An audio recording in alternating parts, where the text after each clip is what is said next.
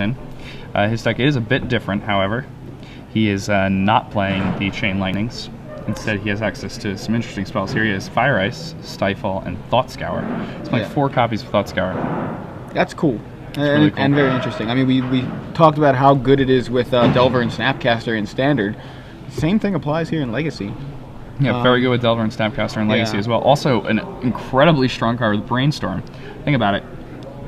Put 2 cards back and then mill them. Yeah, I mean, and instead of putting 2 cards back on the top of your library and then shuffling them away so that, you might draw these 2 cards that you don't really want to match them anyway, you just scour them right into your graveyard. And then get another card. Yeah, and that has some pretty nice synergy with Tarmogoyf and Nimble Mongoose also.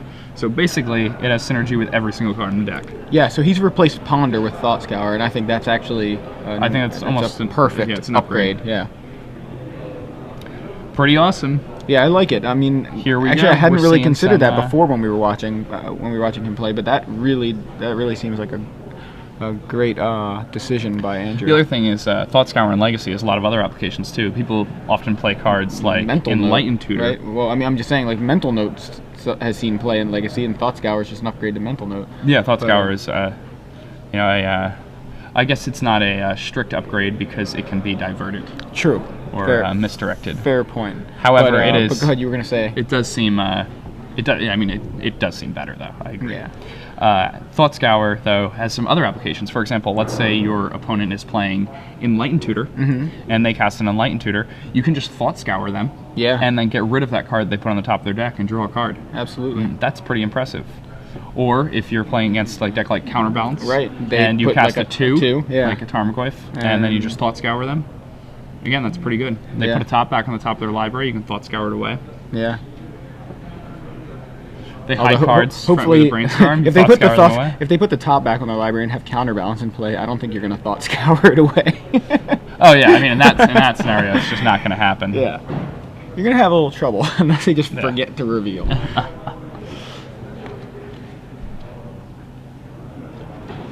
All right, and we're off. So, Scalding Tarn into Volcanic Island for Scott. Ken Adams making an appearance. Yes. We are a turn 1 Noble Hierarch for Andrew Morrow. A Noble Hierarch has been treating him well all day. Yeah. Lots of turn 1 Noble Hierarchs. Tropical Island from Scott Ruggiero. And let's see, does he have a 2-drop?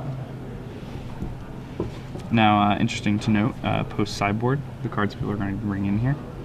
Scott has access to 3 Submerge. Andrew also access to 3 Submerge. Scott has access to 2 Pyroblast, while... ooh, interesting.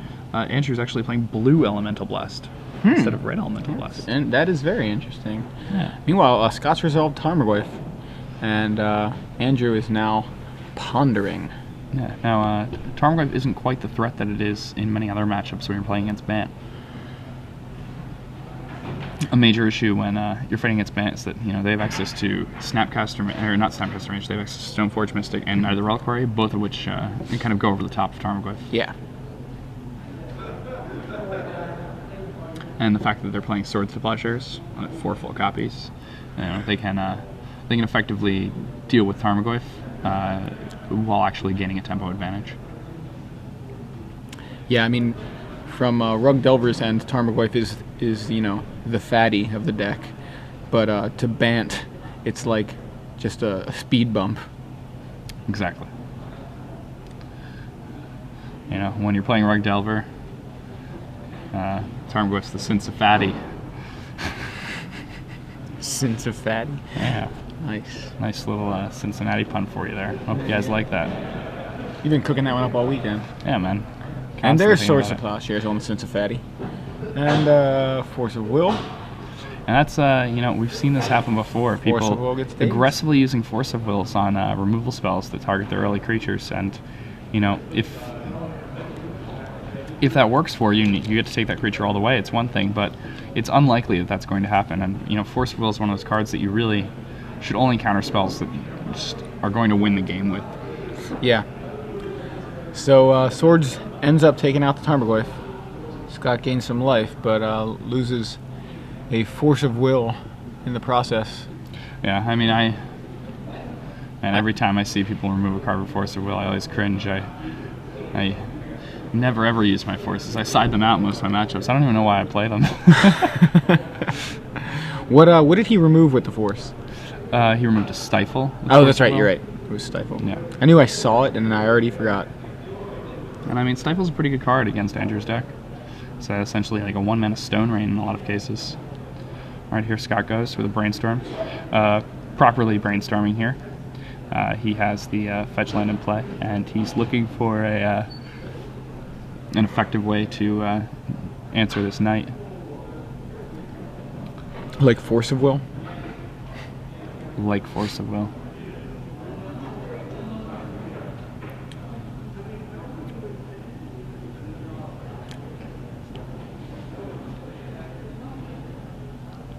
It doesn't look like he's going to be able to deal with it, though. Wait, how many lands does Andrew have in his graveyard? See if we can get a peek here. Is it just 2? Fetch, yeah, 2 fetches. So he's a 4/4. That look right to you? Yep, that does look right to me. All right, so he can, in fact, 2-for-1 himself again in order to deal with it, but you know, you can only 2-for-1 yourself so many times. That's true. And if Andrew decides to get big here, then and using that Lightning Bolt, he's going to lose the opportunity to make the Lightning Bolt Snapcaster Lightning Bolt play, which would be able to effectively deal with that Knight of the Reliquary. Yeah, so he bolts the Hierarch instead. And now, if he's going to win this game, he's going to have to get creative.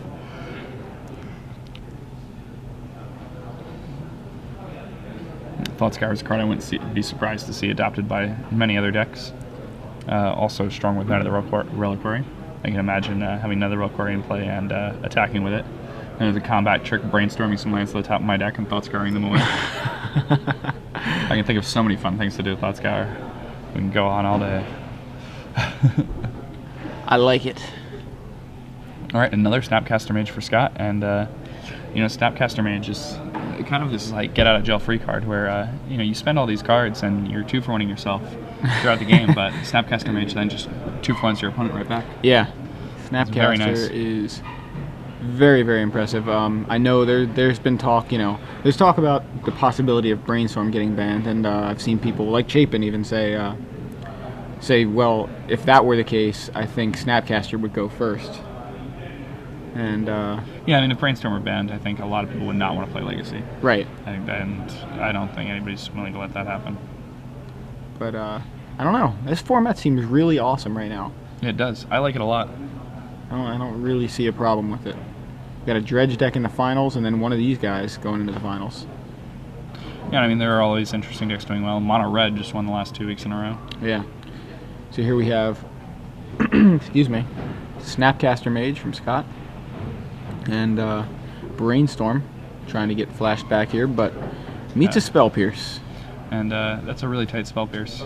When somebody's brainstorming desperately like that, Mm-hmm. it usually means that they're lacking an effective way to deal with the cards you have on the table at this time. Yeah. And if you're able to Spell Pierce that, then you just gain a huge advantage. You're able to just kind of ride what you have in play to victory. Yeah, for sure. I mean, even similar situation earlier with the Tarmogoyf, you know, swords, and if he's going to force it, you know, he thinks that Tarmogoyf is that important to waste 2 cards on it. Daze, you know, I'll daze the force. I think that was great play by Andrew Morrow to kind of stick the removal spell and get rid of the Tarmogoyf. Yeah, and I mean, that's one of the things you have to worry about when you play against these banned style of decks. You know, forcing when you're tapped out, you know, it's usually when you end up forcing because, you know, you're tapped down, that's the only way you can interact. But that opens you up to get dazed, and, you know, if they daze you if they daze your force that you've cast this alternate That's cost, rough. it's like getting, you know, it's like getting hymned for 0 mana. Yeah. It's pretty brutal. All right, well, Snapcaster comes to battle. Knocks Andrew to 16. And another Snapcaster. Another Snapcaster comes down. This is going to accrue Scott some more card advantage here. It's actually, what does he have left in I there? think he just has a bolt. Yeah, it looks like it's going to just, bolt the Hierarch. Yeah, and that Lightning Bolt. Again, still one of the most efficient removal spells ever. Also very nice that it can dome people. All right, Andrew cracking Scott again with this knight. Is it still a 4-4 or is it bigger? I think it's a 4-4. He hasn't had an opportunity to make it smaller or to make it bigger yet. Yeah. So I mean, I think, you wonder like how important is that hierarch? Wouldn't you rather block bolt? You know what I mean? And get rid of the knight. I mean, obviously Andrew's now added a second knight, but wouldn't it be better if? Yeah, I mean, I agree with you. I think that's almost certainly the better play. He's already bolted the first hierarch, and now he bolted the second, and meanwhile the knights are what are really posing a problem. Yeah, I mean, the knights are a huge problem for him. Any sort of like red deck has a massive problem with Knight of the Reliquary just because it's so big. Right. And it's just this massive body that's really hard to deal with.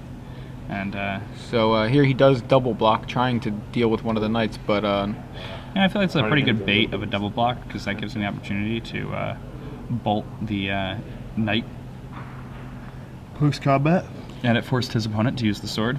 Yeah. And depending on what he has in his like on the top of his library right now, he might even be able to draw out of this if he has an end of turn bolt for that knight. All right, Andrew. All right. Ooh, Mazawa's Jitte. And that's not very good at all right now because we know that Scott has an Ancient Grudge in hand. And there's the Ancient Grudge. And that's going to effectively deal with that Jit. So Scott's got some breathing room now. Still has a knight on the table across from him to fight, but I like. Now Scott going down to 5 here. Yeah, I like where he is. I mean, he's given himself some opportunities here. And here he's going to go down to 1. Yeah, goes down to 1. And let's see what Scott draws. He draws a Delver of Secrets. Assuming that's a Delver, yeah. Yep. And attack, block, okay. Yep. And another land for Andrew. Brainstorm. And a Brainstorm, and that's precisely what he's looking for. And we see Bolt Force land, is it? Yeah, and there's nothing there that interacts well with that knight. Yeah. Scott's just dead to the knight right now. It's unfortunate too because if he would have just had that bolt one turn sooner, block bolt again would have been an option to take care of that knight. But now Andrew has a fetch land. Turn sooner, he would have been able to get the Delver and the bolt. Fortunately, he was forced to block that very turn. Yeah, just one turn behind. Yeah, and now I go back to that situation where he bolted the hierarch away instead of block bolt on the Knight of the Reliquary before the second knight even hit the board. I wonder how things would have gone had he chosen that line of play. But Andrew Morrow on to the finals with Bant versus Adam Prozac playing Dredge. And now Andrew's got some more Dredge hate than the previous people we've seen that have gotten to play against Adam.